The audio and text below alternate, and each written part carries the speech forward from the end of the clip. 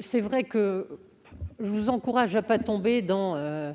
Il y a ceux qui sont effectivement dans une logique dogmatique anti-SRU et ceux qui sont dans une logique vertueuse. Il faut faire du logement social, il faut appliquer la loi SRU strictement.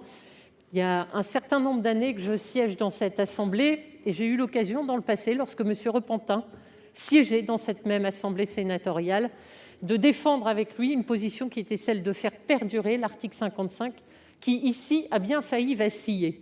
Moi, je vous le dis. Et je l'ai fait parce que j'ai une profonde conviction qu'en tout point de notre territoire national, nous devons faire l'effort de la mixité, de la production de logements sociaux, et que c'est quelque chose qui nous honore tous. Et quand on voit qu'effectivement 50% de la production de logements sociaux dans notre pays est fait dans des territoires éligibles à l'article 55, eh bien, on mesure effectivement ce que ça peut amener. Malheureusement, il y a aussi beaucoup d'écueils. On l'a vu dans le rapport. Il y a aussi beaucoup de difficultés. Il y a aussi beaucoup de points qui, aujourd'hui, marquent le dysfonctionnement et la limite de l'article 55.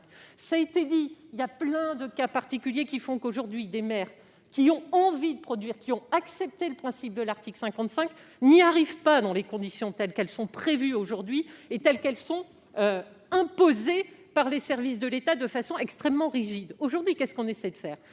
Pas quitter l'objectif, ne pas céder au « on enlève le stock, on part sur le flux ». Rester quand même dans des objectifs donc très ambitieux, mais de le faire de façon à ce qu'un maire qui, parce que la loi Élan a imposé la fusion des organismes de logements sociaux, a fait perdre 3 ans dans l'élaboration des programmes de production de logements. Et malgré ça, ce n'est pas du fait de la commune qui se retrouve avec 3 ans de retard, se voit sanctionner, carencer et augmenter de 30% sa sanction financière. Est-ce que c'est juste ?